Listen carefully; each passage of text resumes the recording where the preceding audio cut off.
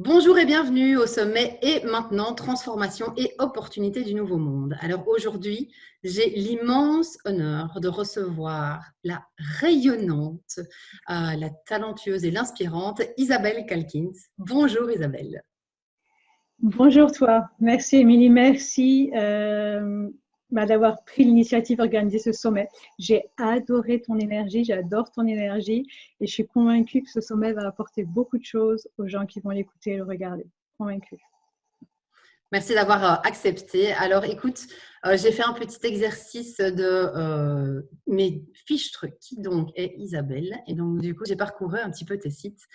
C'est voilà, parcours passionnant. Donc tu es coach de prise de parole en public et avec une bonne partie de confiance en soi, puisqu'on verra le lien aujourd'hui. Tu as coaché plus de 100 speakers TEDx. Donc c'est les franchises TED. Tu as écrit 2 livres, Prenez la parole, prenez votre place et La vie se voyage. Tu as un programme en ligne, Je parle donc je suis. Réussissez vos prises de parole en public en 21 jours. C'est un programme en ligne. Hein? Oui, c'est ça. Ouais. Tu accompagnes des groupes à la rencontre de la magie des éléphants. Ça s'appelle les stages éléphants. Rencontrer l'éléphant pour mieux se rencontrer. Donc, je sais que tu as un magnifique lien aussi avec la nature. Voilà, c'est hyper important pour toi.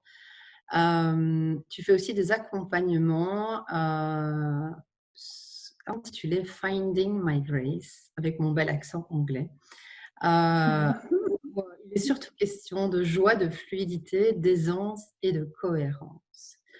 J'ai trouvé un texte sur ton site qui m'a beaucoup inspirée et j'avais envie de le partager. C'est tout un texte, c'est plus long que ce que je vais vous lire ici, mais j'avais vraiment envie de vous lire ces quelques lignes qui, moi, m'ont beaucoup parlé. La joie véritable irradie quand il existe un alignement entre notre cœur, notre conscience et nos actes. Alors nos désirs se manifestent, alors ce qui nous semble impossible trouve un chemin, alors la magie tisse notre vie. Voilà, donc merci pour ce texte que j'ai lu qui m'a beaucoup inspirée. Merci. Je te coupe, mais merci à toi, hein, parce que tu fais ça avec énormément de délicatesse et tu es très présente dans tout ce que tu fais. Là. Merci infiniment. Et ça me touche beaucoup, puisque je suis quelqu'un de la parole, donc j'ai l'habitude de ressentir ce qu'il y a dans une parole et tu es vraiment très incarnée dans ta parole et dans tout ce que tu dis. Et vraiment, chapeau. Merci. Merci. Mais pour le coup, c'est vraiment la beauté finalement de ce sommet, c'est de pouvoir être attiré et découvrir des personnes. Et là, il est juste question, juste avec tous les guillemets et la magie que ça comprend, c'est d'énergie en fait, de trouver une personne qui partage la même énergie et qui a envie d'offrir ce qu'elle est capable d'offrir là maintenant. Et c'est vrai que voilà, pour être sincère, tu as été l'un de mes tout gros coups de cœur de ce sommet. Voilà, les mots ne sont pas suffisants. Et, tu vois ce que je veux dire. Je vais peut-être aussi donner un petit descriptif parce que ton intervention sur le site, finalement, j'ai mis un petit descriptif de ce que tu proposais, mais je vais un peu resituer plus largement ce dont tu vas parler et si tu pouvais après nous dire pourquoi est-ce que tu as finalement décidé de participer à ce sommet et surtout pourquoi la parole, parce qu'en fait finalement tu as effectivement plusieurs thématiques, mais tu le centres vraiment sur la parole avec tout ce que ça comprend. Et donc voilà, donc je vais lire le petit texte et si tu peux après répondre. Donc, et si la parole était notre bien le plus précieux, et si la qualité de notre parole déterminait la qualité de notre vie? Quand nous arrivons au monde, nous poussons un cri tonitruant, comme pour faire savoir que nous sommes là. Puis, nous subissons les influences de notre environnement, sociétal, familial, etc. Alors notre parole apprend trop souvent à dire ce que l'on attend d'elle. On se distancie d'elle. On devine bien qu'en elle sommeille un pouvoir puissant. Le fait de dire qui nous sommes, de défendre nos idées, nos projets et nos activités. Mais nous ne savons plus comment faire pour faire jaillir cette parole de nous et qu'elle soit entendue, qu'elle porte et soit suivie d'effets. Et puis, au cours de cette intervention, vous découvrirez, et là, on a les différents points de ce que tu souhaites aborder, mais je trouvais que ce texte d'introduction, qui malheureusement, j'y avais pas assez de place sur la page, était une belle introduction, je pense, au message que tu veux donner aujourd'hui. Je te remercie. Je te remercie vraiment pour tout. Alors, tu me demandais pourquoi intervenir et être avec toi aujourd'hui. Tu as mentionné le fait que j'avais rencontré des éléphants. C'était un rêve d'enfant quand j'avais 4-5 ans. Mais pour moi, ce rêve, pendant très très longtemps, pendant des années et des années, ce rêve, c'était un rêve. Donc l'idée, c'était de le garder en tant que rêve. Et à un moment, je me suis réveillée dans mon rêve et je me suis dit, mais non, fais quelque chose, va rencontrer ces éléphants. Et ça a été une aventure incroyable, incroyable. Et ils n'ont fait que me confirmer dans la personne que je devenais, en fait. Et pourquoi je te dis ça, c'est qu'ils m'ont apporté tellement de choses et m'ont notamment permis de vraiment d'asseoir davantage mon intuition. En fait, depuis que j'ai rencontré les éléphants, dès que j'ai des décisions à prendre, soit je le sais tout de suite, soit j'attends un peu et la réponse m'arrive, mais en fait c'est dans mon corps. J'écoute simplement mon corps et si mon corps il est bon et joyeux, j'y vais. Et si je sens qu'il y a des tensions à certains endroits, c'est un signe que. Et les éléphants m'ont permis d'être très limpide sur ce processus en fait. Et quand tu m'as appelé, tu m'as parlé du sommet, en fait, en vérité, tu n'avais même pas besoin de me parler du sommet. Parce que j'ai entendu ta voix, j'ai entendu l'intention derrière ta voix, j'ai entendu ton cœur, j'ai entendu que tu faisais ça pour contribuer. Et donc, il n'y avait pas de question, tu vois.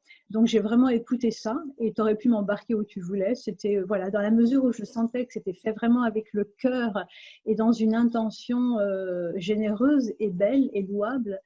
Et je pourrais en rajouter encore, tu vois. Donc, il n'y avait pas photo, en fait. Donc, et c'est comme ça que je fonctionne. C'est comme ça que je fonctionne. J'écoute ce que me dit mon corps et je le suis. C'est lui qui sait, en fait. Moi, je le suis. Quand on a préparé, c'est que ça t'a vraiment, les éléphants t'ont permis de développer et de faire confiance à ton intuition. Et les intuitions, c'est aussi de pouvoir trouver d'autres personnes qui finalement vibrent de la même manière. Et quand on s'est appelé, en fait, c'est instinctivement qu'on s'est reconnu en fait. Parce que quelqu'un m'a dit, ah ben pense à, je pense que c'est Christophe Gautrio qui m'a dit, ah ben oui, Isabelle Calkins. Et je t'avais déjà vu passer plusieurs fois sur les réseaux, mais les réseaux, ça ne énergétiquement, oui, on aime les valeurs, on aime ce que la personne fait, mais c'est pas pour autant qu'on sait travailler ou qu'on vive de la même façon que la personne. Et par contre, quand on s'est entendu, effectivement, je crois qu'il a fallu 3 secondes pour que ça soit dit. Et peu importe, les mots étaient juste de trop. C'est ce que permet l'intuition et le fait de pouvoir être connecté. En fait, l'intuition nous permet aussi de saisir de façon évidente qu'on est relié, en fait. Tu vois, on a une tendance dans notre société à voir les choses comme étant séparées, morcelées. Et en fait, avec l'intuition, on redécouvre que tout est lié. Et là, je veux dire, nous, on n'avait pas besoin de se connaître ou quoi que ce soit. Je veux dire, quelque part, on se connaît déjà. Il y a déjà le lien, il y a déjà un existant quelque part. Donc, on a simplement reconnu ce qui était, en fait. Et du coup, ce qui est par contre passionnant, c'est qu'on parle d'intuition et que mine de rien, on sait déjà presque pas tout, mais on a déjà plein d'informations. Et pourtant, tu décides de parler de ta thématique, c'est la parole. Et donc, je suis assez fan de ce retournement et de dire pourquoi cette thématique-là, intuition, parole, est-ce qu'il est complémentaire? Parce que, tu sais, je pense que la parole, j'ai eu une problématique avec la parole quand j'étais plus jeune. Ce serait long de tout expliquer, mais ce que je sais, c'est que quand j'étais gamine, il y a des moments dans lesquels je me sentais très bien et j'avais une parole forte et convaincue, convaincante et à l'aise, etc. Ça, c'était quand j'étais avec les copines ou dehors, etc. Et quand je me retrouvais face à un groupe dans une salle de classe, là, c'est comme si j'avais plus rien. Il n'y avait plus rien. Et je me dis, mais pourtant, je suis la même personne, c'est quoi le problème, quoi? Et j'y arrivais pas, ça m'intéressait pas. Je trouvais plus la source de la parole quand j'étais enfermée dans une boîte face à un prof et face à un groupe. Et donc, ça me questionnait, ça me mettait en défaut, si tu veux. Et il y a eu plein d'autres choses, je crois. Et du coup, ça a vraiment été une quête de comprendre cette chose-là, en fait. Et d'où ce travail que j'ai fait. Et ça fait plus de 12 ans que je suis coach sur la parole. Mais ce que j'aime dans la parole, c'est qu'en fait, la parole, c'est l'individu. Tu sais, en fait, dans chaque détail, tu retrouves le tout. La parole est loin d'être un détail. Mais pour moi, c'est l'outil. Il y a les peintres qui vont choisir leur art ou quoi que ce soit. Moi, j'ai choisi la parole pour m'intéresser à l'individu. Parce que pour moi, c'est quand même, voilà, parce que j'ai travaillé sur la parole, parce que j'ai eu une souffrance ou une difficulté avec, donc je suis plus sensible. J'ai dû faire mon chemin de guérison. Et donc, à travers ce chemin de guérison, je comprends mieux les gens en les abordant par la parole, si tu veux. Et la parole, c'est vraiment, on dit que le verbe est créateur, et ça, j'en suis convaincue. C'est le paradoxe de la vie, en fait. Je suis convaincue qu'on peut dire dans le silence des choses qu'on ne pourrait jamais dire avec les mots. Et pourtant, je suis convaincue qu'il faut dire les choses avec les mots parce que c'est ce qui leur donne une réalité. Paradoxe de la vie. Et les deux, c'est comme le yin et le yang, j'imagine. Ils s'intègrent quelque part, ils sont différents et en même temps, voilà, c'est comme le soleil et la lune, tu vois. Le silence serait la lune et la parole serait le soleil, en fait. Toi. Oui, le fait de dire des choses, c'est aussi peut-être pouvoir déposer ce qu'on pense, se l'entendre dire, pouvoir partager, peut-être pouvoir manifester des choses qui sont importantes. Et du coup, pourquoi la parole dans ce sommet? Pourquoi est-ce que, d'après toi, c'est particulier? Enfin, en quoi est-ce que c'est… Pour moi, c'est un pilier de vie, en fait. On pourrait parler du pilier de vie du corps, la santé, le corps, et Dieu sait si on est confronté à ça aujourd'hui avec le virus, tu vois. Et pour moi, la parole, c'est un pilier tout aussi essentiel dans la vie. Et si on est bridé dans sa parole, si on n'ose pas dire qui on est, ce qu'on ressent, ce qu'on pense, quelque part, on n'existe pas. C'est un peu dur de dire ça, mais quelque part, en fait, qui on est à l'intérieur n'existe pas. Ça n'existe que dans notre monde intérieur. Mais je pense que la vie, elle est faite pour être manifestée. Et c'est à travers le verbe qu'on manifeste. Donc, pourquoi la parole dans ce sommet? Parce que la parole, c'est la clé de voûte de l'existence. Et qu'aujourd'hui, en étant confiné, il y a aussi une problématique particulière avec la parole. Souvent, on parlait de la parole dans le monde de l'entreprise, comment se faire entendre en réunion par des collègues, le boss, comment est-ce que je fais pour qu'on m'entende? Et c'est une vraie problématique. Et en fait, aujourd'hui, la problématique, elle se déplace aussi avec le confinement. On n'a peut-être plus les réunions, enfin c'est différent, on les a en Skype ou Zoom ou quoi que ce soit. Mais donc, il y a une nouvelle problématique autour de la parole qui émerge en fait. Et la source est la même. Donc, on se rend compte que quel que soit comment dire, là où on se trouve et ce qu'on fait, la parole est notre point d'ancrage. Et c'est le moyen qui nous permet de nous dire au monde et d'exister quelque part. Et de donner aussi de la valeur à notre existence. Il y a les actes, il y a qui on est et ce qu'on donne, mais la parole également. Ça répond un peu à ta question ou pas? Oui, complètement. Et ce qui m'est venu quand tu parlais, c'est qu'on dit souvent que, alors ici, on est dans une période Covid spécifique, mais il y a le côté maladie et maladire. Il y a beaucoup de livres qui ont été écrits, là-dessus, quoi, des choses qu'on ne sait pas poser, qu'on transporte comme un boulet, des valises qu'on porte à travers la vie et qu'on n'arrive pas à dire, à formuler, parce que le dire, c'est pouvoir aussi le déposer. C'est ça. On l'exprime aussi de la façon, ce que j'aime beaucoup, ce qui ne s'exprime pas s'imprime. Et donc, en fait, tout ce qu'on ne dit pas, mais qu'on vit dans notre monde intérieur, reste logé dans notre monde intérieur. Le fait de ne pas le dire, ça peut se cristalliser, ça peut créer des tensions et des maladies. Et tu sais que depuis plus d'une décennie, je fais du coaching en prise de parole. Je m'intéresse toujours à l'histoire personnelle, tout le temps. Je vais interroger les gens sur leur histoire personnelle et c'est fou c'est fou. On parlait de le fait que la parole soit bridée et l'éducation, très souvent, pas tout le temps, attention, pas tout le temps, mais très souvent, l'éducation bride la parole, et notamment dans le milieu familial, parce qu'on colporte des choses qu'on nous a éduquées à nous aussi, en tant que parents, etc. Mais on s'en rend même pas compte, on n'est même pas forcément conscient, parce qu'on reproduit la façon dont la société fonctionne à un niveau méta, si tu veux. Et donc, tais-toi, va faire des devoirs, va dans ta chambre, tu parles trop, tu me fatigues, ne dérange pas. Si tu savais le nombre de personnes, mais c'est tellement commun, que j'ai en coaching et qui comprennent à quel point, quand ils étaient gamins, les parents, mais pas que les parents, les profs, les figures d'autorité, leur ont demandé, mais calme-toi, tais-toi. Si tu parles, tu déranges en fait. Donc arrête, hein. Tu nous ennuies, tu déranges qui nous sommes. Et donc c'est pour ça aussi que la parole, elle est bridée. Tu vois, à travers tout ce que les parents ont pu dire, ça peut être des injonctions directes, tais-toi, ou ça peut être simplement, on n'écoute pas la parole, tu vois. C'est pas forcément qu'on leur dit tais-toi, c'est simplement qu'on valorise pas la parole, on n'écoute pas, ou l'enfant parle et puis voilà, on est dans la fuite. Et donc l'enfant comprend que cette parole, eh ben, personne n'en veut. Et donc à un moment, tu vois, ça rentre à l'intérieur, ça se dépose, mais à l'intérieur, on grandit, on devient adulte et on n'ose pas s'exprimer parce qu'on ne l'a jamais fait. Et surtout qu'on a compris que quand on s'exprimait, bah, finalement, les gens n'en voulaient pas et ça n'intéressait personne. Et les adultes, et moi je coach, mais même plein de dirigeants, ils sont encore dans ce cas de figure. Ils ont beau être en charge, en responsabilité, c'est des boss et de grandes structures.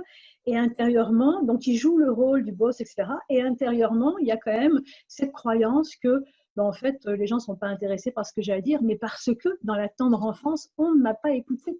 Et donc j'ai ça de cristalliser en moi. Et puis, je ne sais pas comment ça se passe en Belgique, mais en France, on a quand même un système éducatif. Et là, je parle du système, je ne parle pas des profs. C'est différent, mais on a un système qui est quand même encore dans la parole verticale, où il y a le prof qui sait et l'élève qui est quand même supposé réciter ce qu'il a appris. Et ça, c'est assez néfaste parce qu'en fait, en grandissant, les gens pensent que, en fait, ils se construisent d'une façon où je vais dire ce que les gens souhaitent entendre de moi, ce qu'ils attendent de moi, et pas forcément ce que moi je pense ou quoi que ce soit. Et les gens ont une vraie difficulté à aller en eux et transmettre ce qu'ils pensent réellement, parce qu'ils pensent que personne ne veut l'entendre ou que s'ils le communiquent, bah finalement, ça ne fait aucun effet, ce n'est pas intéressant, etc. Donc, il y a une grande peur de se dire, en fait. Et puis, il y a d'autres influences. Hein. Il y a l'influence au niveau familial, il y a l'influence au niveau du système éducatif, mais même au niveau de la société, le terrain judéo-chrétien, tu sais, où on a tous péché, donc il ne faut pas parler de soi, parce que si on parle de soi, c'est égocentrique, c'est arrogant. Moi, j'ai travaillé avec des jeunes à la fac, hein. Je leur proposais de parler d'eux, qu'on échange, qu'il y ait une parole un peu plus libre. Et je voyais bien qu'ils n'osaient pas se livrer. Et je dis, mais qu'est-ce qui se passe? Il y en a un, je me souviens, qui m'a répondu, mais madame, mais ça ne se fait pas, on ne va pas parler de soi, ça ne se fait pas. Il a fallu que j'explique que le jeu JE, il peut être égocentrique, il peut être arrogant, mais il peut se mettre aussi au service de quelque chose. Si tu racontes quelque chose que tu vis, en quoi tu crois, mais que tu mets au service de quelque chose de plus grand, c'est plus du tout égocentrique ni arrogant. Tu ne peux pas simplement poser que le jeu simplement est arrogant, c'est pas vrai. Donc il y a tout un terrain qui mine la parole. Et du coup, c'est pour ça que ce n'est pas évident de prendre la parole. C'est à la fois lié aux croyances, à ce qu'on pense que les autres attendent, oui, de toute façon, personne, ça n'intéresse personne. Est-ce que c'est au niveau principalement du contenu, parce que je pense qu'il y a aussi des personnes qui ont du mal à être succinct, par exemple, tu vois. Est-ce que c'est finalement tout le monde peut prendre ou est capable, moyennant un travail, parce que tu as coaché 100 personnes au TEDx, c'est quand même là un exercice qui est réputé particulièrement compliqué parce que tu dois donner je pense que c'est une vingtaine de minutes, grand max 18 si je ne m'abuse, mais j'en ai vu des un petit peu plus long, il y en a qui dépassent un peu, mais c'est vraiment tout un art. C'est un travail de 1 an de faire, enfin en tout cas, de ce que j'ai entendu. Maintenant, tu peux me donner, on a des infos croustillantes, des coulisses, dis-nous tout. Mais voilà, et donc l'exercice, tant au niveau finalement du contenu que de la forme, parce que moi, en tant que spécialiste, je suis souvent finalement le moins bien placé pour parler de mon art parce qu'en fait, je vais soit être hyper technique, soit je suis passionnée et du coup, je vais en parler pendant 4 heures. Ah non, non, j'ai 18 minutes, donc qu'est-ce que tu veux dire? C'est ça, c'est ça. En fait, la contrainte temps impose beaucoup de choses et c'est amusant. Moi, en coachant toutes ces personnes, il y avait beaucoup de personnes qui passaient déjà sur des scènes ou qui donnaient des cours, ou qui étaient connues, ou qui intervenaient en public. Non, j'ai pas besoin de coaching, etc. Sauf que, ben non, parce qu'ils ont simplement l'habitude de parler devant un groupe sans connaître la contrainte temps qui veut dire que tu dois te ramener à l'essence de ton message. Et ça, c'est tout un art, c'est un vrai travail. Et c'est un vrai job. Et souvent, en fait, moi, je me suis rendu compte en coachant ces personnes qu'ils sont habitués à déverser un discours et donc ils ne se questionnent pas et ils vont déverser le même discours. Et souvent, c'est presque méchant ce que j'allais dire. J'allais dire, c'est pas complètement pertinent parce qu'ils en restent à la surface un peu des choses. Et moi, j'aime bien aller creuser, revenir à pourquoi toi, aujourd'hui, tu vas nous parler de ce sujet. Qu'est-ce qui fait que toi, tu es pertinent dans l'histoire à ce moment de l'humanité pour parler de ce sujet? Et moi, je veux tout le temps aller chercher le point de jonction, la petite flamme, l'étincelle, qui fait qu'effectivement, une personne a vraiment une valeur par rapport à une thématique. Et souvent, ces gens ne font pas ce travail parce qu'on n'est pas capable de le faire pour soi. Très souvent, on le sait bien, hein, c'est le cordonnier qui est le plus mal chaussé. Donc, il faut quelqu'un de l'extérieur qui permette d'aller fouiller en soi pour « Ah, mais oui, c'est pour ça, en fait, que je parle de cette thématique. » Tu vois ce que je veux dire? Donc, il y a un travail très, très important à faire sur le fond, dans la structuration, pour aller chercher les idées et sur la forme. Parce qu'au niveau des TEDx, on devient comédien de son message, mais dans le sens noble du terme. Il ne s'agit pas de jouer un personnage, mais enfin, pour moi en tout cas, mais il s'agit justement de s'autoriser à être soi-même, de faire tomber les masques au maximum et de retrouver ce qu'on appelle cette authenticité. Mais ça, c'est un travail de fond. Hein. Et simplement, Émilie, parce que tu posais une question aussi, pourquoi est-ce qu'il est si difficile de prendre la parole aujourd'hui ou de s'exprimer? Il y a tous les éléments que j'ai donnés précédemment et on est aussi dans une période où il y a Internet et il faut savoir qu'aujourd'hui, on est dans un vrai brouhaha ambiant. Il y a une surcharge d'informations, on appelle ça l'infobésité, c'est-à-dire que les cerveaux humains n'ont jamais été autant sollicités et n'ont jamais capté autant d'informations. Et aujourd'hui, avec le confinement, je n'ose même pas savoir ce qui se passe dans les cerveaux. Il y a probablement des gens qui restent tranquilles, qui ralentissent, etc. Mais il doit y avoir aussi une gloutonnerie auprès d'Internet, ce qui fait que le cerveau n'est pas capable, en fait, d'intégrer tout ça. Et donc, quand on entend des gens parler ou quand on est en conversation avec des amis, souvent, on ne retient qu'une petite bribe parce qu'on est déjà en surcharge informationnelle. Ce qui veut dire qu'aujourd'hui, il faut vraiment être dans sa parole et incarner dans sa parole si on veut faire la différence. Sinon, on ne fait que rajouter du bruit au bruit. Ça fait sens pour toi, ça? Oui, complètement.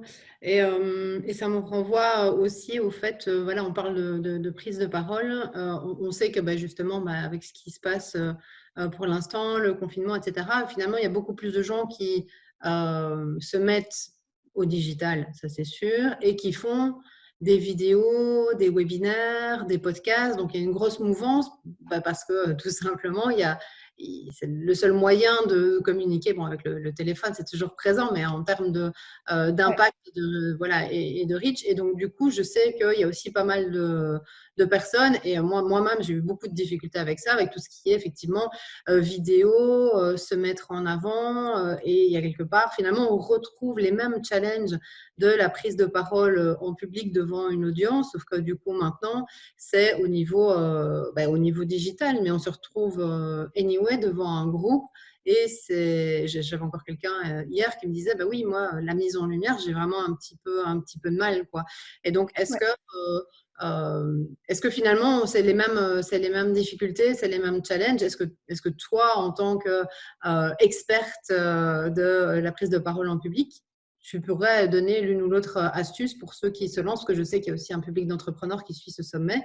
Donc, je me dis, on pourrait faire d'une pierre deux coups et de voir un peu on peut les aider avec, je sais pas moi, tu vois, des exercices. Avant, j'en sais rien, ça peut être un cri de guerre, une musique de fou, voilà, peu importe, je te donne les premières idées. J'imagine que tu as d'autres ficelles et boîtes à outils, mais c'est les premiers qui me viennent en tête, tu vois, pour monter ton énergie. Mais voilà.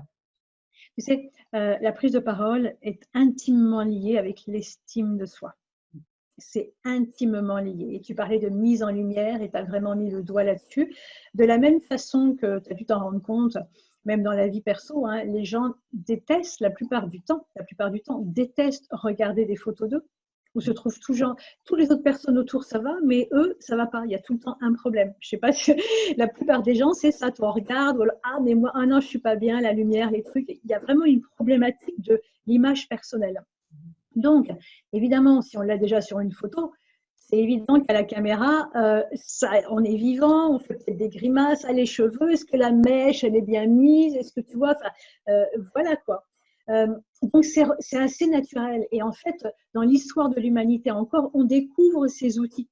Donc, on est les premiers à se confronter, à découvrir tout ça. Donc, c'est le processus naturel, tu vois, d'apprentissage. Maintenant, voilà, la plupart des gens n'aiment pas la caméra, n'aiment pas la vidéo, ne savent pas comment s'y faire. Alors, il y a plein de cours pour ça, on ne peut pas prendre tout le temps là-dessus.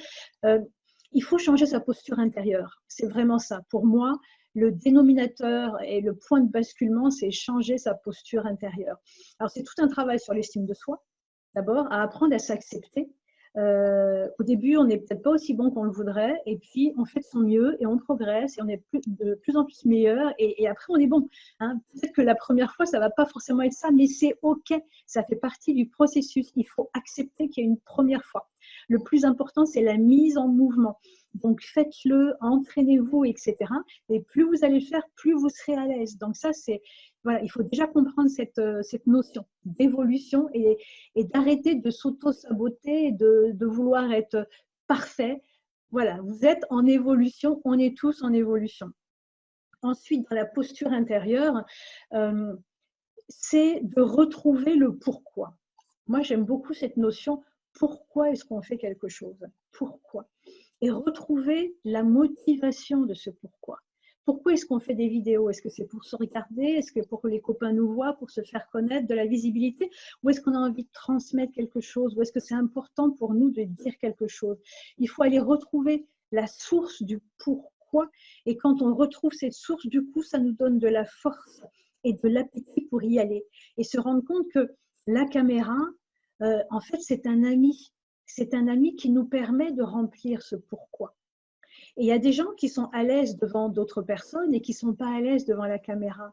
Mais la caméra, c'est comme une personne, ou même plus. Cette caméra, en fait, elle vous permet de parler, de communiquer avec tout un tas de personnes. Donc, derrière cet instrument, il y a des individus. Donc, on a quand même suffisamment d'imagination pour, c'est une caméra, je ne te connais pas, ben on va faire connaissance, bonjour, etc. Excuse-moi, je ne suis pas de mon mieux, mais je vais apprendre et on va nouer de l'amitié, etc. Et que derrière cet outil favorisant, eh ben, ça me permet de porter ma parole et tout ce que j'ai envie de communiquer à un tas de personnes. Donc, merci, c'est un outil qui sera ce qu'on en fera. Les outils peuvent être nocifs et ils peuvent être extraordinaires parce que justement, ils nous permettent de porter notre message. Après, il y a plein de choses, mais bon, c'est un point de départ. C'était ouais, top. Merci beaucoup. C'était petite parenthèse pro parce que je sais que du coup, pas mal de personnes s'y mettent maintenant. Je me dis, puisque j'ai une experte, j'allais dire entre Après, mais voir. après, il y a des choses pratiques, tu vois, de regarder ce que je fais pas là, mais de regarder la caméra, d'aller rechercher l'énergie comme quand vous êtes avec des personnes. C'est comme si vous aviez une personne, allez-y. Enfin, voilà, il y a des choses concrètes à faire aussi, tu vois. Tout à fait. Et du coup, au niveau, on parlait justement de la parole et de savoir dire et poser les choses. Là, maintenant qu'on est tous confinés plus ou moins en famille, comment est-ce que on peut dire les choses, même si elles ne sont pas simples à, à poser? Parce que finalement, on n'a même plus cet espace où, où tu vois ces déplacements. ces rencontres visuelles, ces hugs, etc., qui permettent en fait de prendre du recul par rapport à ce qu'on vit et de savoir.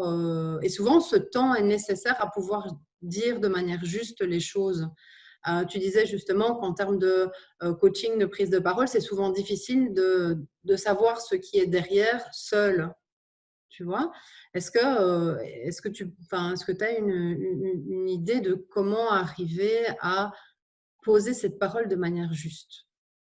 Alors, c'est une super question, hein. C'est vraiment beau ça d'en arriver à ce type d'échange justement. Là, on parle du parler vrai en fait. Et je te remercie hein, de m'amener sur ce terrain parce que justement, on est dans une société à l'extérieur qui tourbillonnait tellement vite qu'en fait, on ne sait même plus ce qu'on dit quelque part. Ou souvent, les mots sont vides, ou alors c'est de l'automatisme. On dit des phrases qu'on entend partout, à la télé, dans les médias, ou les collègues et tout. Et en fait, quand est-ce qu'on parle vraiment pour soi? Peut-être pas forcément aussi souvent qu'on le pense, tu vois. Et donc, cette période précise où on est coupé, pas complètement, hein, parce qu'il y a des visioconférences, il y a quand même d'autres personnes qui continuent à travailler, etc., etc. Mais on est quand même coupé d'un certain type de tourbillon ou d'un certain tourbillon.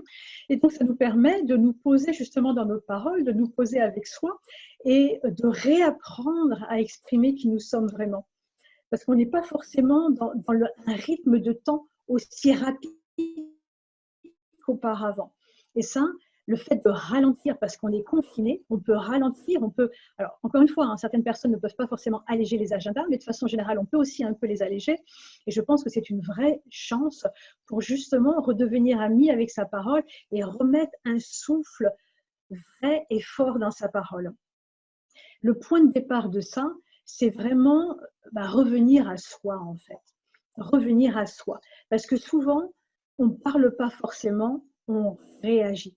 On est en réaction. Et on est dans un tourbillon. Tu vois, comme s'il ne fallait pas qu'il y a une personne qui parle, il faut réagir tout de suite. Ou même on coupe la parole. Moi, j'aime bien, je ne sais pas si tu connais, j'ai un exemple dans mon esprit, Jean Ferrat, le chanteur. Il n'y a pas si longtemps, j'avais regardé une interview de lui. Donc ça, c'était les années 80, 70, 80. Mais les gens parlent, il y avait un rythme. Il s'exprimait comme ça. Bonjour Jean Ferrat. Donc il y avait un rythme qui était doux, doux. Et donc du coup, les gens étaient vraiment complètement connectés à ce qu'ils avaient envie de transmettre, parce qu'il y avait ce rythme doux. Aujourd'hui, le rythme s'est complètement emballé. Et donc, on est déconnecté de, mais en fait, je pense quoi, moi? Mais c'est quoi ma valeur? Qu'est-ce que je pense? Quelles sont mes idées, mes propositions? Donc, ce que je veux dire, c'est qu'aujourd'hui, où on n'est plus dans ce tourbillon-là, on a cette chance de pouvoir reconnecter avec soi. Parce que si on veut une parole vraie, qui ait de l'impact, qui soit inspirée et inspirante, il va falloir savoir qui on est. Il va falloir être capable de connecter avec nos propres idées et avec nos valeurs. Si c'est flou, si on ne sait pas ce qu'on pense vraiment, etc., la parole, elle est un peu automatique. L'idée aujourd'hui, c'est de couper sur les automatismes et de revenir à soi et de prendre le temps, en fait. Mais oui, qu'est-ce que je pense? Et en discutant avec l'autre, parfois, comme tu le disais tout à l'heure, on se forge son idée. Parce que tant qu'on ne l'a pas verbalisé, parfois, tant qu'on ne l'a pas dit tout fort, on ne sait pas forcément soi-même ce que l'on pense sur le sujet. Et on triche en exprimant aussi. Mais encore faut-il y aller.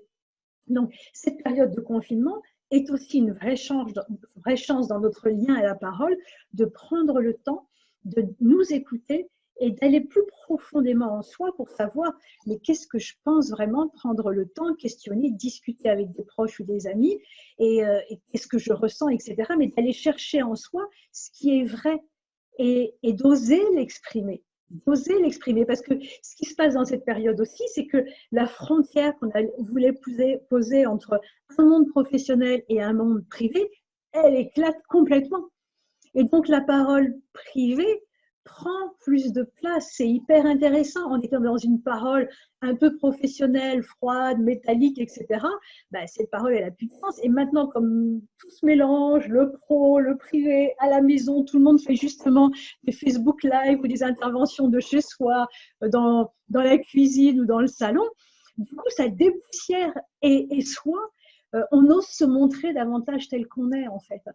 Donc ça, c'est une chance. Je trouve qu'il y a un vrai tremplin aujourd'hui dans ce confinement pour retrouver l'accès à une parole et oser dire plus véritablement qui on est vraiment, sans avoir trop de peur. Et du coup, alors, justement, tu prends cet exemple-là. Finalement, tu as le pro et le perso qui se rapprochent. Et donc, pour beaucoup de personnes, forcément, il y a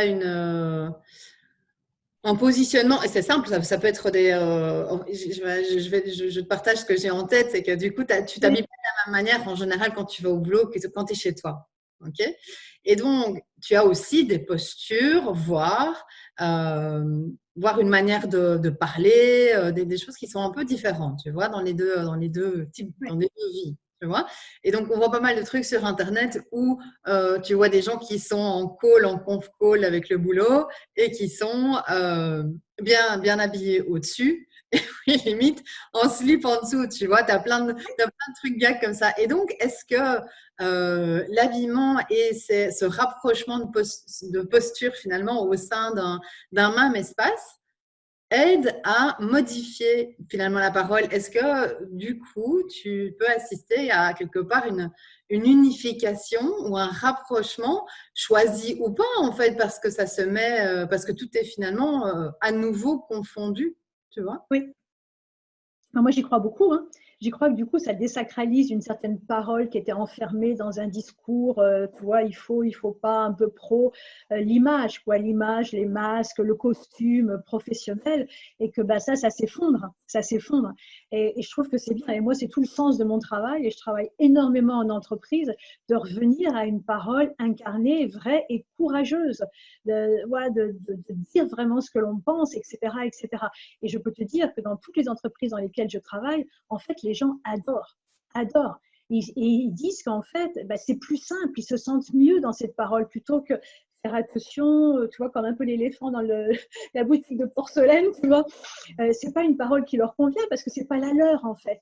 Et quand tu leur redonnes l'accès à leur parole et qui leur donne le droit de s'autoriser à exprimer qui ils sont, etc., bah, ça soulage, ça fait du bien et les choses sont plus fluides, en fait.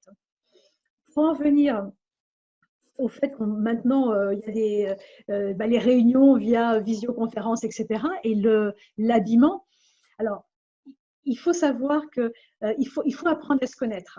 Parce qu'il y a des gens qui ont besoin également de s'habiller bien. Ils sont chez eux, mais ils vont s'habiller comme s'ils allaient au boulot parce que ça leur donne un certain entrain. Tu vois. Il y a des gens, voilà. Il y a des gens, au contraire, ils préfèrent être tranquilles, ils sont chez eux, donc ils restent tranquilles, etc. Et du coup, ils montrent une autre facette d'eux et ça leur convient. Donc, il faut savoir ce qui nous convient. Il y a des gens, moi, je vais te dire la vérité, et je pourrais te le prouver, hein, le haut est OK et en bas, j'ai le jogging. Moi, je fonctionne comme ça quand je suis chez moi. Il fait beau, il fait 23 degrés en Belgique, là, on profite. Voilà, il faut que chacun trouve ce qui lui convient. C'est vraiment un exercice, en fait, d'apprentissage de soi. Et ça, c'est bon parce qu'on va retrouver plus de véracité et plus d'authenticité. Et donc, plus de réalité dans tous les rapports et dans le rapport à l'échange, si tu veux. Donc, chacun, il n'y a pas de règle. Chacun doit trouver ce qui lui convient, en fait.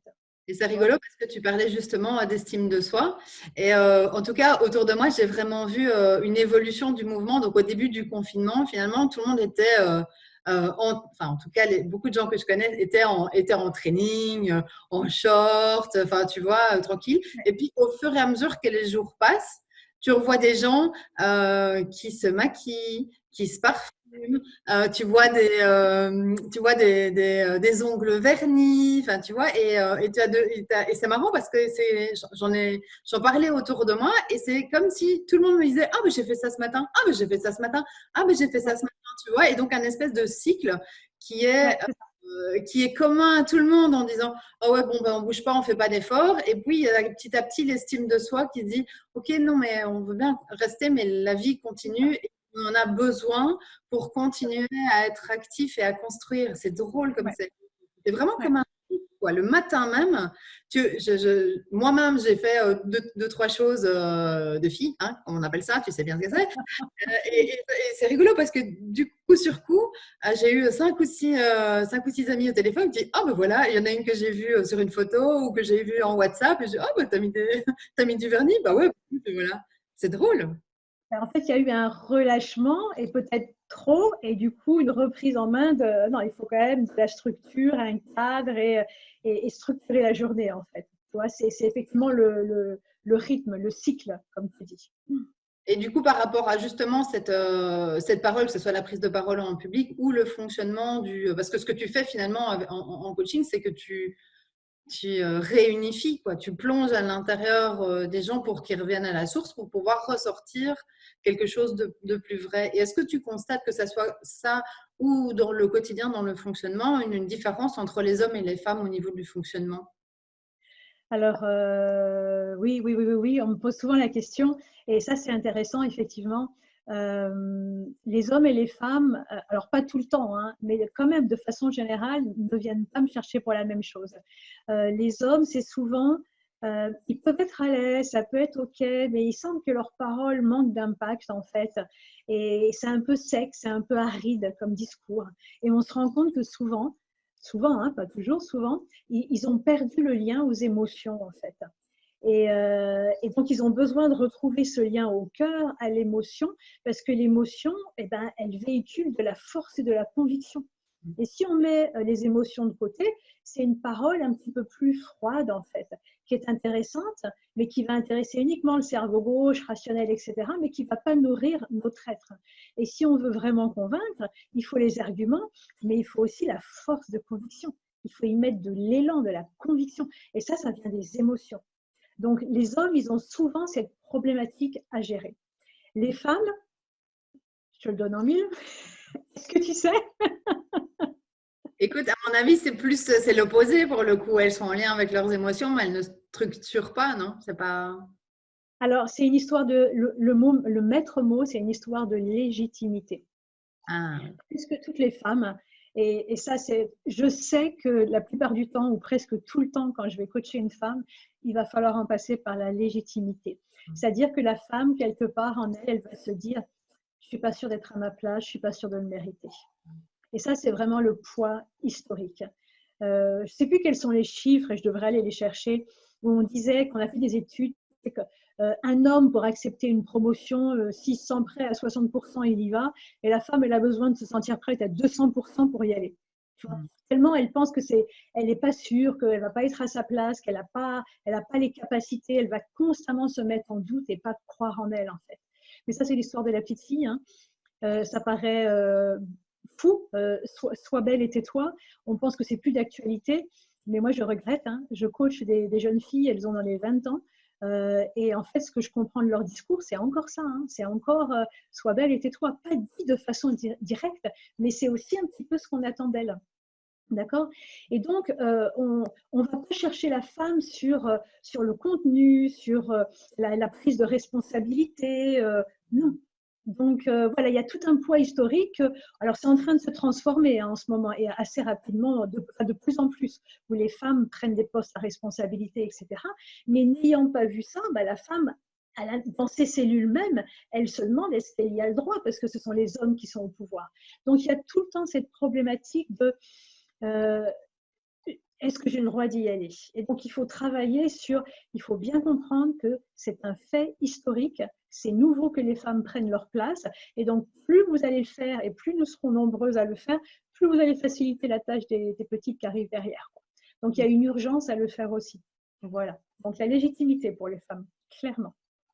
Pour le coup, je peux proposer un petit exercice parce que j'avoue que disons que si voilà, si je devais me sentir un peu visée par ce que tu dis en prise de parole en public, ce qui n'est évidemment pas du tout le cas.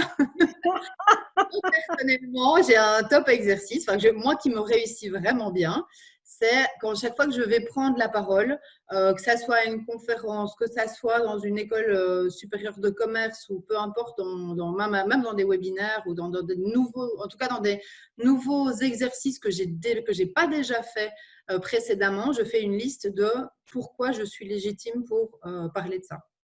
Oui. Avec une liste d'accomplissements, parce que forcément, avec la non-légitimité vient, Oui. vient la peur, vient, la peur, Ouais, sachant que la liste est longue, hein, que ce soit celle de juger, celle de ne pas être à la hauteur, celle de, enfin, tu vois. Et c'est vraiment un chouette exercice que je fais parce que c'est un exercice que je commence et pas à la dernière minute, forcément.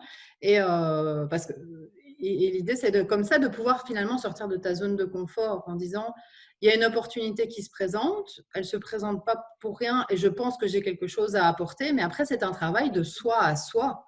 Pour pouvoir prendre vraiment la parole, c'est d'avoir ce centrage et de pouvoir réfléchir à la fois à me, myself and I, par rapport à moi, pourquoi est-ce que j'accepte ça et je suis légitime d'un point de vue confiance, et puis en tout cas, au niveau de ce travail-là, il y a vraiment le côté transmission. Qu'est-ce que je vais transmettre et en quoi ça me tient, et c'est ce que tu disais dans les prises de parole, ça me tient tellement à cœur, c'est un message que je dois donner. Et je trouve que ces deux volets mis ensemble fait que tu es beaucoup moins facilement ébranlable en tout cas. Et tu as beaucoup plus confiance en toi et tu as un moteur qui s'est allumé, qui est un moteur qui quelque part te dépasse parce qu'on parle de transmission. Complètement. Complètement. Et tu sais, ça c'est un superbe exercice que tu as proposé. Alors, il y a parfois des personnes qui ne seront pas forcément en capacité d'aller trouver pour elles toutes les raisons qui font qu'elles ont les ressources et elles sont absolument légitimes. Mais ce qui est intéressant de faire, auquel cas, c'est déplacez-vous, sortez de votre personnage. C'est-à-dire que si toi, Émilie, tu veux faire l'exercice et que tu ne te sens pas capable parce que tu ne trouves pas de cause réelle pour le faire, tu vois, imagine que tu es la meilleure amie d'Émilie. Tu es sa meilleure amie. Qu'est-ce que tu vas dire à Émilie? Et là, du coup, en changeant de posture, tu vois, tu vas trouver plein de raisons. Mais Émilie, mais bien sûr, etc. Et tout ça, tu vas les trouver. Ça va venir tout de suite pour les camarades. Là, tu vas trouver une liste de raisons et tu vas dire, ben oui, bon, ben maintenant, c'est toi, Émilie, en fait. Ah, et tu vas t'approprier tout ce que tu as dit à ta meilleure amie. Ah. Mais souvent, il faut en passer par là. Parce que les gens, tu sais, moi, je fais l'exercice aussi d'apprendre à connaître ses qualités et que les gens disent quelles sont leurs qualités. Et il y a des femmes pour qui c'est très difficile. Même tu leur demandes 5 qualités, il m'est déjà arrivé où les gens disaient, ben non, même une, ils n'arrivaient pas. Et donc, il faut passer par la meilleure amie, les proches, la famille, etc. Qu'est-ce qu'ils disent de vous, se réapproprier les qualités, etc. Donc, parfois, voilà, il faut sortir de soi, passer par le camarade qui renvoie une image positive, en fait, et ensuite se l'approprier. Oui, entièrement. C'est un super chouette exercice. Tiens, voilà, si aussi d'autres personnes autour de moi bug, c'est vraiment un truc à recommander parce qu'en fait, finalement, on ne pense pas forcément justement à changer de position parce qu'on est tellement dans ce qu'on vit qu'on ne pense pas à changer, ne fût-ce que de point de vue. Et donc, top, merci beaucoup. Une autre question qui me vient, et en fait, j'ai rencontré plusieurs personnes en proposant ce sommet à différents intervenants. Beaucoup m'ont parlé de la responsabilité de prendre la parole. Et tu as parlé tout à l'heure d'infobésité, tu vois, le fait justement. Et tout à l'heure, j'ai justement un ami qui me disait que Facebook ne faisait plus, le médiateur ne regardait plus les messages par rapport à ce qui se passe parce qu'en fait, les gens font du télétravail. Et donc, du coup, ils n'ont accès au serveur de Facebook que dans les bureaux.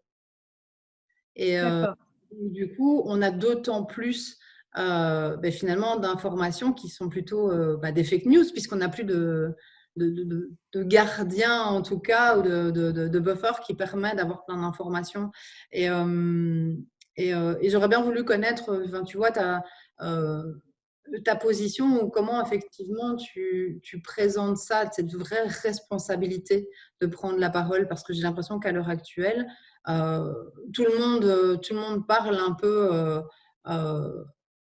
et c'est effectivement, c'est pas, ça fait un brouhaha, tu vois. Et comment Ouais, arriver au milieu de tout ça à se dire, mais attends, dire les choses, c'est ce qu'on disait, ça revient sur maladie, ouais, maladie, mais ça veut dire que ce qui est dit a aussi une manifestation, a aussi un poids. Enfin, les choses sont dites et il y a des choses qu'on dit parfois qu'on ne pense pas, mais quelque part, c'est ouais, dit. ouais, c'est ça. En fait, moi, là, il y a deux niveaux dans ce que j'entends que tu dis. D'abord, il y a l'aspect réseaux sociaux. Et c'est marrant que tu en parles justement en termes de synchronicité, parce que moi, dernièrement, j'ai posté des choses, tu vois, sur Facebook, etc. Et il y a des personnes qui ont réagi de façon véhémente. Alors, ce que je n'ai pas généralement, tu vois, et c'est OK, hein, je veux dire, sur le principe, c'est OK. Mais ça m'a fait réfléchir et je me suis dit, mais est-ce que ça vient du confinement? Les gens sont frustrés, ils sont plus dans leur mouvement habituel, ils sont confinés, ils sont sur les réseaux sociaux et que ça crée de l'énervement ou de la frustration et que du coup, en termes de réseaux sociaux, les gens vont se lâcher parce qu'en termes de réseaux sociaux, la difficulté, c'est que tu vas vite sur ton clavier, tu n'as pas l'autre en face de toi, donc l'autre, il devient anonyme et c'est vrai que parfois, ça peut aller chercher le plus mauvais en toi, en fait. Tu vois, quand tu as l'autre en face de toi, bah, y a comme un garde-fou en fait, parce que déjà tu le comprends, tu l'entends, tu le sens, il y a une personne. Et là, tu n'as pas de personne en face de toi, tu as juste une machine, un écran, etc. Et me poser la question, est-ce que d'un certain niveau, les réseaux sociaux ne facilitent pas l'expression du plus mauvais en l'individu? Et donc, en termes de responsabilité, d'être conscient de ça. Parce qu'en plus, les réseaux sociaux, ce qu'ils font, c'est que tu ne peux pas exprimer pleinement ta pensée. Tu peux pas parce que tu vas vite, c'est rapide, c'est rapide. Donc tu n'exprimes qu'une partie de ta pensée et donc les gens peuvent venir t'attaquer sur plein de choses en fait. Donc il faut essayer de poser les choses et d'essayer d'élargir son point de vue, que les autres aient plus d'éléments qui comprennent davantage le contexte dans lequel tu interviens en fait.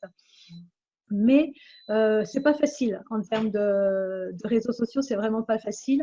Et je pense que quand on réagit nous aussi, la responsabilité est dans tous les sens et pour chacun. Et si chacun effectivement reste responsable de ses propos et donc respectueux de l'autre, hein, parce que c'est aussi de ça dont on parle, même si on ne le voit pas, être respectueux que derrière les mots sur un écran, il y a quand même une personne qui a un vécu. Moi, j'aime bien cette phrase, mais je ne sais plus qui a dit ça. Malheureusement, je suis désolée. Euh, N'oubliez pas que chaque personne que vous croisez mène en elle une guerre. Tu vois, ça permet de resituer les choses. On ne sait pas ce que les gens vivent. À travers les écrans et les réseaux sociaux, on ne voit pas la personne. On n'a pas accès à sa communication non verbale qui raconte plein de choses. On a le corps, la posture, la voix et tout ça. On n'a pas accès à tout ça. Donc, il y a toute une masse d'informations qu'on perd. Donc, il faut être vigilant. Vigilant. Et la responsabilité sur les réseaux sociaux, c'est d'être respectueux, de prendre le temps peut-être, de ne pas être moins rapide et excessif dans ses propos, de prendre le temps et de bien poser sa parole pour qu'elle puisse être bien entendue. Parce que les autres, derrière, ils peuvent avoir de la frustration. D'accord? Ça, c'est au niveau des réseaux sociaux. Et c'est un vrai sujet hein, aussi. Hein, il y aurait énormément de choses à dire. Après, dans la vie de tous les jours, la responsabilité, moi, c'est une chose, c'est une valeur qui est très forte pour moi. Je pense véritablement qu'on est libre autant qu'on est responsable. La liberté, c'est pas de faire fi de la responsabilité, c'est tout le contraire. Plus on va être responsable, plus on va être libre. C'est le paradoxe, en fait. Donc, la responsabilité des propos, évidemment, évidemment, parce qu'une chose qui est dite, on ne peut pas la retirer. Elle est dite. Après, elle est accueillie par des gens. On ne sait pas comment. Encore une fois, chacun est dans son monde, est dans son univers, a ses combats intérieurs, etc. Donc, c'est pour ça que la communication, c'est très délicat en fait. Et on devrait vraiment apprendre à l'école à communiquer. C'est vraiment triste qu'on n'apprenne pas à communiquer parce que je crois vraiment que la qualité de la communication va dépendre de la qualité de notre vie. Et c'est vrai que plus on va savoir communiquer, mais communiquer, ça veut dire être responsable sur ce que l'on dit, mais être capable d'écouter l'autre aussi. Le dialogue, c'est je suis capable d'écouter l'autre et je ne suis pas là sur la défensive à vouloir le contrer. J'écoute vraiment et j'essaie de prendre des choses et de répondre ou de questionner si je ne sais pas. Mais quand on va trop vite, on ne fait plus ça. Et puis on est trop dans l'ego, tu vois. Donc la responsabilité de ces propos, parce qu'elles ont un impact, elles ont une vibration, tout ce qu'on dit, tous les mots qu'on prononce vivent et créent une réalité, qu'on le veuille ou non. D'autant plus si c'est embarqué par les autres, les gens qui sont présents, ils les embarquent de la façon dont ça a été dit. Et la responsabilité, donc, elle est dans les mots, mais elle est aussi dans le silence, dans la posture et dans la capacité à écouter l'autre. Tu vois ce que je veux dire? C'est profond, hein, ça, c'est très profond. Hein. Tout à fait, ça me fait penser à une phrase que j'aime beaucoup, c'est tu peux avoir raison ou tu peux avoir des amis. Bah, oui, non, mais c'est ça. C'est cette capacité aussi de ne pas s'imposer, de savoir écouter, voilà, d'avoir justement cette latitude de faire, on en revient finalement de faire silence pour savoir finalement, ne fût-ce que de soi à soi, ce qu'on pense réellement de quelque chose. Parce qu'en fait, on est très souvent en interaction. En interaction, ça se passe comment? C'est dans l'instantanéité, c'est dans du tac au tac. Et parfois, tu réponds des choses. Et effectivement, tu le disais, c'est qu'en le disant, tu dis ah, je pense ça. Et puis parfois, tu repars avec en disant mais attends, j'ai dit un truc, est-ce que je le pense vraiment? Parce qu'il y a le côté enfin, moi, que j'aime beaucoup, qui est un peu, tu vois, jeu de verbal, philosophie, tu vois, effectivement, on se surprend tant pour le côté surprendre, on répond, mais on sait aussi qu'il faut vraiment, là tu parles de liberté, responsabilité. Moi, l'une des choses que j'adore dire, entre autres, à mes clients, c'est que la liberté dans le cadre, quoi. C'est de définir réellement l'aire de jeu, et puis dans cette aire de jeu-là, se donner la liberté de s'amuser autant qu'on veut, mais on sait qu'il y a un cadre, quelque chose de défini, et en définissant, en délimitant, ça te permet aussi de ne pas dépasser des bornes que tu ne souhaites pas dépasser, mais qu'en fait, par les émotions, l'excitation, ce que tu partages, parfois, enfin, tu vois, tu dépasses vite les bornes. Et donc Mais tu sais, on dit, bah, c'est, j'oublie son nom, là, le fondateur de la communication non violente, Marshall Rosenberg, qui disait que les mots sont des fenêtres ou des portes. Effectivement, un mot, nous, en termes de responsabilité, toi, tu dis des choses, tu exprimes des choses, toi, tu leur donnes une certaine valeur, mais l'autre, il a son vécu et peut-être qu'il le perçoit différemment. Et ça peut faire très, très mal, très, très mal. Et on parle beaucoup aujourd'hui de la dégradation de la langue et le fait que les jeunes n'ont pas forcément le vocabulaire pour exprimer des sentiments, des choses. Et ça, c'est triste parce que si tu n'as pas le vocabulaire, c'est-à-dire que tu ne peux pas identifier ton émotion. Et donc, il y a des choses de toi que tu ignores parce que tu manques de vocabulaire. Donc, le verbe, il est vraiment puissant. En fait, on est verbe. Hein, et donc, cette responsabilité, elle est fondamentale. Et je pense qu'aussi, plus tu vas être responsable de tes mots et de ta façon de communiquer à l'autre, plus tu seras heureux également. Parce que je pense que si tu communiques de façon pas forcément responsable, justement, et que ça fasse mal, et que ça vienne buter sur l'autre, il y a un effet boomerang, on le sait. Tu vois. Et intérieurement, on le vit, dans le corps, on le vit. Et donc, ça nous empêche d'être heureux. Donc, je pense qu'aussi, il y a vraiment un lien entre responsabilité, liberté, et puis aussi le fait d'être heureux, bonheur, je crois. Tout à fait. Et en fait, on a aussi, entre autres, parlé maintenant de silence. Et donc, je sais que tu es assez fan de tout ce qui est plutôt l'art du murmure, qui est donc entre le silence et la parole. Tu peux nous en dire plus là-dessus?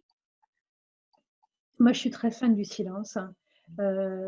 J'ai tout le temps adoré cette phrase de Pascal qui disait « Le plus grand malheur de l'homme, c'est de ne pas pouvoir rester seul dans sa chambre ». Ça peut paraître ridicule, et là, en période de confinement, tu vois, mais je crois que rester seul avec soi, dans le silence, c'est comme ça qu'on apprend à se connaître. Et tant qu'on ne se connaît pas, on vit la vie des autres, ou toi, des proches, enfin, voilà, des guidelines qu'on nous a données. Et si on veut devenir auteur de sa vie, créateur de sa vie, ça passe par la connaissance de soi. Et donc, ça passe par du temps avec soi et du silence, et aller plonger dans nos profondeurs. Moi, je me souviens, il y a pas mal d'années maintenant, où j'avais passé un hiver pas très joyeux en fait, mais où j'avais vraiment décidé d'aller plonger, d'aller dans les parties pas fun de mon être, tu vois. Je l'avais fait et ça avait été douloureux et ça me tirait de l'énergie, mais je l'ai fait et ça avait pris pas mal de mois. Où, voilà, j'étais restée en compagnie avec moi-même comme ça et j'avais soulevé le tapis, tu vois. On va pas soulever le tapis, elle me dit allez, on va soulever le tapis. J'y suis allée, j'ai fait. Et ce qui est fou, c'est que la vie est hyper généreuse. c'est qu'en fait, quand tu fais cet exercice de plonger en toi et de rester avec toi, tu n'as même pas besoin de solutionner parce que le fait de faire ça, d'aller voir, est une grande partie de la solution. Donc, le silence, pour moi, il est vital parce qu'il te permet d'être avec toi et de nettoyer tout ça, d'en prendre conscience. Et en prenant conscience, tu le libères en fait et tu l'épures. Tu vois ce que je veux dire? Donc, c'est hyper important et je pense que le silence est essentiel pour retrouver le lien à notre parole, à qui nous sommes, nos valeurs, etc. Et du coup, tu peux retrouver l'expression vraie et tu peux communiquer vrai avec les autres. Donc, le silence, de toute façon, s'il y a une parole, c'est parce qu'il y a du silence aussi. Et plus, ce que je voudrais dire aussi, c'est qu'en fait, plus on est en paix avec le silence, plus on va incarner sa parole. Ce qui se passe aujourd'hui, moins avec le confinement, mais on est dans un monde qui va tellement vite qu'en fait, les gens ont peur du silence, parce qu'il n'y a plus de silence. Hein, tu as les écouteurs, tu vas prendre de l'essence à la station-service, tu as même un écran et tu as des gens qui te causent sur l'écran. Enfin, je trouve ça dingue. Où tu vas maintenant, c'est très difficile d'avoir du silence. Et tu es constamment... voilà. Et donc, du coup, les gens ont peur de ce silence. Et moi, je le vois dans l'exercice de la parole, les gens vont tout le temps très, très vite parce que ça leur fait peur. Et pourtant, on sait bien, on le sait de la part des musiciens, les musiciens le disent, faire de la musique, c'est en fait sculpter le silence. La parole, c'est pareil. Mais ça veut dire qu'il faut être complètement en paix avec le silence. Il faut l'apprécier, il faut l'aimer, il faut être main dans la main avec le silence. Et plus tu es main dans la main avec le silence, plus tu auras accès à ta parole, en fait. Est-ce que tu aurais du coup quelques exercices, un, deux exercices à proposer pour justement permettre, bon, après pas faire le silence, parce que ça c'est quelque chose que je pense de soi à soi, il faut pouvoir euh, accepter et en tout cas accueillir, pouvoir aller leur chercher minute après minute. Hein, c'est pas là maintenant je me coupe de tout pendant 3 heures. C'est vécu avec moyennement de philosophie, mais je dirais peut-être un exercice pour inviter le silence ou la prise de conscience de la parole ou d'apprendre à s'écouter dans la douceur. Mais je te fais confiance pour la douceur. En tout cas. Pourquoi? Comme ça, comme ça. Je ne sais pas, je le sens bien. Alors, ouais, j'avais pensé à des petits exercices et vraiment donc à privilégier pendant la parole de confinement. Avant d'en venir aux exercices, pour les gens qui le souhaitent, vraiment aller faire. Moi, j'aime pas parler de méditation, mais d'exercice de respiration. C'est vraiment l'occasion de faire ça. Alors, s'il y a trop de monde à la maison, ça peut être compliqué, c'est sûr. S'il y a des enfants, ça peut être compliqué. Mais ne serait-ce que 10 minutes par jour, ça fait un bien fou. Vraiment, tout le monde le dit. 10 minutes avec soi, simplement à respirer, à laisser voilà, les choses telles qu'elles sont, mais on est avec soi, on est posé, on fait le silence en soi. Ça change tout, ça change tout. Ça change la texture de la voix, ça change les émotions, ça change la posture, ça change tout. Voilà, idéalement, c'est 20 minutes par jour. Voilà, ça c'était ma parenthèse. Ensuite, en termes d'exercice, j'aimerais bien qu'on utilise cette période du confinement, justement, qu'on le mette à profit pour, on parlait justement d'estime de soi, de légitimité, le lien aux émotions, etc. Et je pensais que ce serait intéressant de profiter de cette période pour aller écouter, on parlait d'écoute, hein, parole, écoute, aller écouter notre dialogue intérieur, c'est-à-dire ce qui se passe en soi. Parce que généralement, on n'a pas le temps. On court, on travaille, on est sollicité, on est en réunion, etc.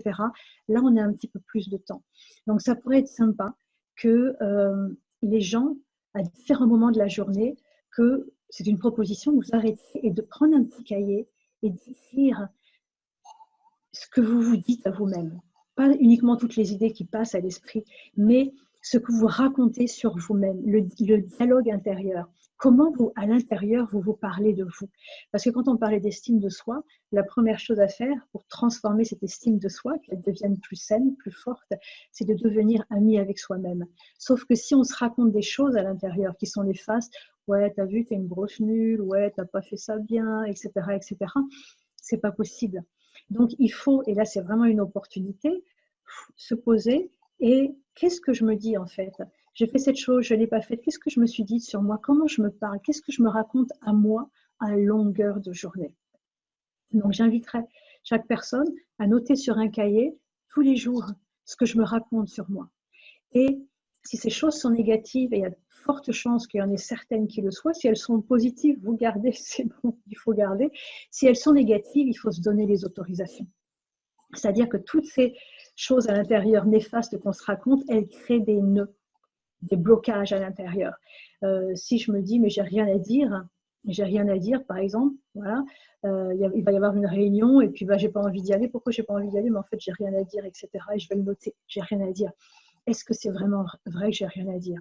Si on est invité à cette réunion, c'est qu'on a quelque chose à dire. Sinon, on ne serait pas invité. Donc, on a quelque chose à dire. Donc, qu'est-ce qu'on a à dire, etc. Et se dire, oui, j'ai quelque chose à dire. J'ai quelque chose à dire. J'ai quelque chose à dire. Et se l'ancrer, pour nettoyer un petit peu le système. Donc ça, ce serait le premier exercice que je proposerais pour identifier le dialogue intérieur et le transformer, qu'il devienne aidant, en fait.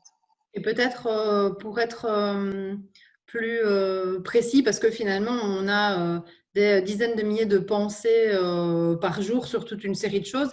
Est-ce que tu préconises certains moments, parce qu'on ne peut pas toute la journée dire attends, je pense ça, attends, parce que du coup, on fait que ça. Est-ce qu'on pourrait mettre un tempo style, je ne sais pas moi, 3 fois par jour là, j'aime bien avoir en PNL, on appelle ça vraiment des déclencheurs. Sinon, si tu n'as pas de déclencheur, ta boucle ne se déclenche pas et tes actions ne se déclenchent pas. Donc, si c'est quelque chose que tu n'as pas l'habitude de faire et que tu dois instaurer quelque chose de nouveau, de pouvoir dire, tiens, est-ce que je mets un timing toutes les 3 heures en disant, là, maintenant, tout de suite, ou alors dans les périodes de pause.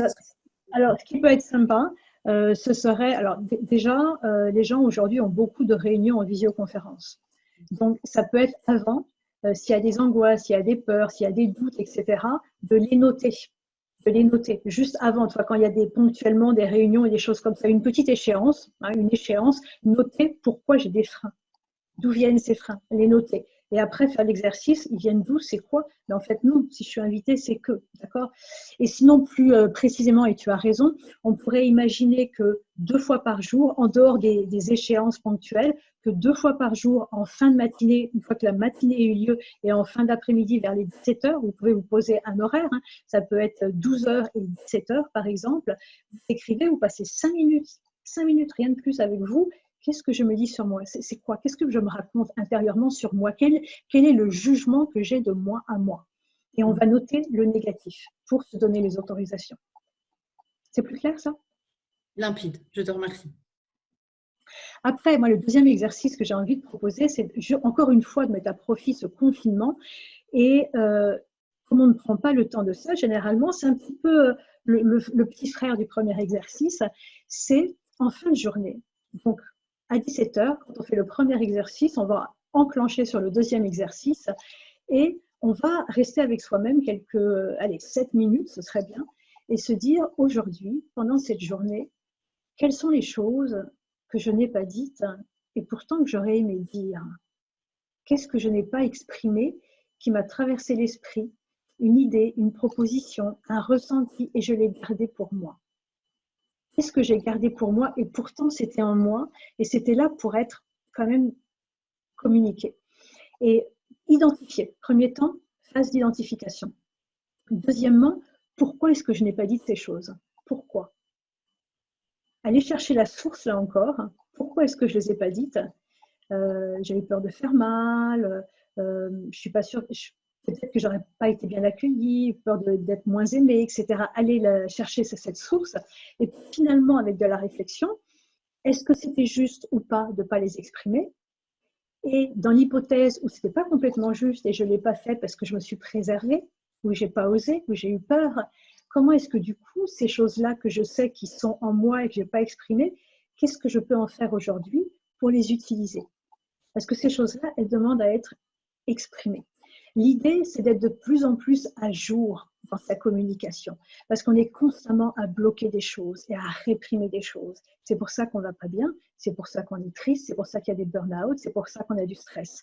Donc là, le confinement peut devenir une chance pour faire le point de soi à soi en termes de communication, mais en termes de communication, là, c'est plus par rapport à soi, mais c'est avec les autres, les choses qu'on n'a pas dites et progressivement apprendre à les dire en douceur. Et ça peut être vraiment une très belle période pour le faire. Ça fait sens? Oui, super sens. Et je pense que vraiment la période s'y prête. parce qu'on est un petit peu au ralenti.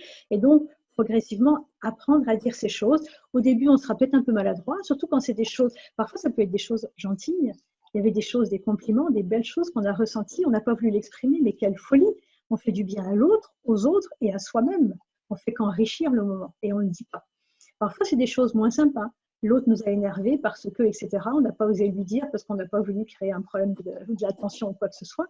Et on se rend compte que on lui aurait dit, peut-être qu'il aurait entendu, simplement il a mis la musique trop forte, tu vois. Donc, avec le recul, pourquoi je ne l'ai pas dit? Il ne saura jamais que la musique était trop forte et que ça me dérangeait. Donc, voilà, quand tu mets ta musique trop fort, pour moi, elle est peut-être pas trop forte pour toi, mais pour moi, elle peut l'être. Et en tout cas, par rapport au travail que j'ai à faire en ce moment, elle l'est. Qu'est-ce qu'on peut faire pour que, etc. Donc, apprendre à dire les choses, à fluidifier la communication. Et du coup, ça fluidifie la vie, en fait. Il y avait comme ça je ne sais pas si c'est dans un programme ou des défis que j'avais vu ça, où l'idée c'était de dire une ou deux choses positives à des collègues au boulot tous les jours. Et en fait, ça change complètement l'ambiance de travail. Et donc, je me dis qu'on pourrait aussi intégrer ce type d'exercice, en particulier dans le quotidien. Alors, c'est toujours les mêmes personnes qui en bénéficient. Mais comme de toute façon, pour l'instant, on vit avec les mêmes personnes, tant qu'à faire, je pense en étant positif et en cherchant le positif et en le disant, effectivement, en posant, ça peut aussi, dans la dynamique, apporter plus de charge positive globalement. Et complètement. Et ça, c'est dingue, hein, parce que, en tout cas en France, on est beaucoup dans la culture de la réprimande, tu vois, et le compliment, on n'a pas appris à le dire, on ne les a pas entendus, donc on ne sait pas les dire, en fait. Et c'est vraiment dommage. Les gens se privent tellement, en fait, on s'en rend même pas compte. Il y a plein de choses qu'on voit, de belles choses, ils ont fait ça, ils ont dit ça, on ne va même pas l'exprimer, tu vois. Moi, j'ai aimé quand tu as dit ça, etc. Et c'est vrai que quand on le dit, ça nous libère, ça nous fait du bien à nous et à la personne. Donc, c'est bonus pour tout le monde, en fait. Donc, l'idée, c'est vraiment d'être au maximum à jour dans sa communication. Mais moi, j'irai sur les choses positives et également sur les choses qui sont moins faciles, parce que justement, c'est la façon d'apprendre de plus en plus à dire les choses. Et finalement, après, on va le faire de façon quotidienne et ça change tout quand on est à jour dans sa communication. Ça change vraiment tout. D'accord ? Et après, je mettrai un troisième petit exercice. Et là, ça peut être le soir, ça peut être à la fin à 17h. Donc, on ferait le premier, deuxième et troisième exercice. Ou alors, ça peut être en soirée. On parle beaucoup d'exercices de gratitude. Moi, j'ai envie de l'intituler la prière de la gratitude. Il ne s'agit pas de s'agenouiller, etc. Mais dans l'esprit, parce qu'on rejoint la prière, c'est aussi le silence, c'est la communion, c'est aller chercher au fond de soi. Et donc, on peut le faire oralement ou on peut le faire encore une fois à l'écrit. Moi, j'aime beaucoup l'écriture. C'est très thérapeutique. Et écrire, plus on écrit, au début, on est intimidé, on n'ose pas. Et on se rend compte que finalement, ça vient et on sort des choses en soi qu'on ne savait pas qu'on avait. Donc, c'est assez miraculeux, l'exercice de l'écriture. Et là, moi, je proposerais bien que chaque soir, on fasse une prière de gratitude. Soit on la dit à voix haute pour soi ou aux autres, ou alors on écrit et les belles choses. On ne va pas se limiter à 3, on va y aller parce qu'il y a eu des belles choses. Le 3, c'est le minimum. Et vraiment, parce qu'on le sait, le cerveau, on est foutu comme ça, on se souvient, on mémorise ce qui nous crispe ou ce qui crée de la frustration. Et le reste, ça passe. Et puis voilà, mais quelle tristesse. Donc, c'est de rééduquer son cerveau, en fait, et d'exprimer de la gratitude. Et être en gratitude, c'est ce qu'il y a de meilleur pour être à jour aussi. Tu vois, dans sa posture intérieure, en fait. Il n'y a rien de plus beau que la gratitude. Donc là, cette prière de gratitude, justement, va nous permettre de vivre le beau, quoi, et d'être sincère et à jour complètement avec sa parole. Ouais. Ça va comme ça? Oui, c'est top. Je vais l'arrêter, je ne pensais pas que… On est en interview ici. Oui. Oui, et ce que j'aime beaucoup avec la gratitude, j'en parlais justement lors de l'interview avec Cécile Neuville, on parlait de la gratitude et je disais qu'en fait la gratitude, ce qu'il y a de magique, c'est qu'au plus tu le fais, au plus ta liste, moi je la fais très souvent en m'endormant et j'ai pas fini ma liste que je dors. Donc après je m'endors très vite, hein, mais du coup tu remarques et en fait au plus tu le fais, au plus tu vois les petites choses Et du coup, tu commences à mettre tes petites choses bout à bout et tu te dis, oh mon Dieu, et systématiquement, je m'endors avant d'avoir fini ma liste, mais tu te réveilles aussi avec un vrai sentiment de positif et puis tu t'entraînes à avoir le positif au quotidien que tu ressens de plus en plus fort, ce qui t'amène finalement de la joie, de l'enthousiasme, toute une série de choses. Et je fais moi cet exercice avec mon fils le soir, mais c'est vrai que c'est un exercice, voilà, il faut prendre l'habitude et c'est ce que je disais justement dans l'interview, c'est que mon fils, il a 5 ans et donc du coup, ce qui se passe, c'est que très souvent, il commence l'exercice et tu comprends, il y a un papillon qui passe et on en oublie l'exercice. Et donc du coup, j'ai rajouté une variable supplémentaire qui est je compte jusqu'à 10, tu vois, et dans les 10, ils doivent m'avoir donné. Et après, on peut revenir sur les différentes choses agréables, mais sinon, ce qui se passe, c'est qu'on termine jamais l'exercice parce qu'il y a plein d'autres choses, tu vois, qui se passent. Et on essaie de se concentrer, mais voilà, tu sais bien que le timing avec un enfant plus jeune, il se passe des tas d'autres choses et des tas de raisons de discuter. Donc, c'est vraiment pouvoir garder son focus sur les choses positives, parce qu'au plus tu mets des choses, enfin ton focus, et plus tu vois les choses positives, plus tu en vois en fait. C'est magnifique que tu fasses ça avec ton gosse de 5 ans. C'est magnifique. Hein. Tu le mets sur des bons rails. Hein. Franchement, d'apprendre ça à cet âge-là, c'est magnifique. Hein. Puis après, plus tu le fais, plus ça t'habite en fait. Tu n'as plus besoin de faire d'exercice. C'est simplement, c'est présent. Et tu l'as le soir, tu l'as le matin. Tu l'as vraiment, c'est incarné, c'est en toi. Quoi. C'est tellement vibrant que voilà. Quoi. Mais c'est vrai que c'est une éducation. Parce qu'il faut se défaire d'un modèle ancien où on est dans la critique, etc. Et puis là, c'est vraiment cultiver, muscler le regard sur les nouvelles choses. Et au fur et à mesure, il y a un basculement qui s'opère et en fait, tu vois le positif dans beaucoup de choses. Enfin, l'idée, c'est pas que de voir que le positif, c'est d'être lucide et en même temps de penser solution. Et d'être capable d'aller tirer le bon dans chaque chose. Comme aujourd'hui dans le confinement, il faut rester lucide. Il y a de la douleur, il y a de la souffrance, il y a des choses terribles, il y a des gens qui meurent. Et en même temps, dans le confinement, il y a aussi des possibilités. Et c'est d'aller chercher au-delà des difficultés, d'aller chercher les possibilités. C'est vraiment ça. Et plus on sera en gratitude, plus tout ça va s'opérer de façon très naturelle en fait. Mille merci pour ce magnifique partage. Est-ce que tu as une dernière chose ou un dernier conseil à nous donner pour cette période? Conseil, je ne sais pas, non, moi ce que j'ai envie ce sur quoi j'ai envie d'appuyer, mais ça a été tout l'objet de notre échange, c'est que la parole, elle peut être, elle est belle en fait, c'est un atout, tu vois, c'est un atout magnifique. Et ça peut être intéressant de passer du temps avec elle, à contempler où est-ce qu'on en est au niveau de la parole et de l'exercer, de la travailler, de s'en amuser, de jouer avec elle aussi, pour qu'on soit vraiment amis avec cette parole et qu'on fasse plus qu'un avec elle. Et c'est vrai qu'après, une fois qu'on a travaillé avec la parole, on est à l'aise avec elle, on arrive à dire des choses qui sont pas faciles à dire et qui peuvent être entendues. C'est ça qui est beau. Parce qu'il y a des gens, parfois, ils disent « Oh, mais moi, quand j'ai des choses à dire, je les dis, ça va. » Ah oui, et c'est quoi le résultat? Ça fait des dégâts, tu vois.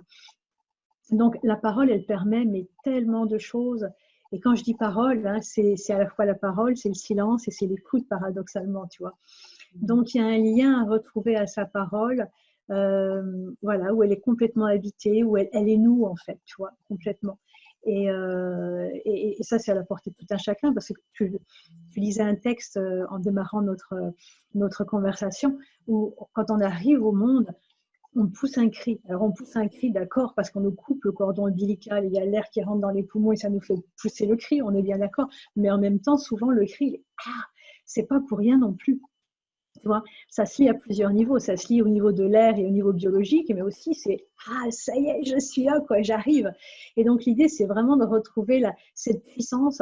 Moi, je suis convaincue que cette puissance, elle sommeille en chacun de nous, elle nous attend et qu'il faut simplement retrouver cette connexion.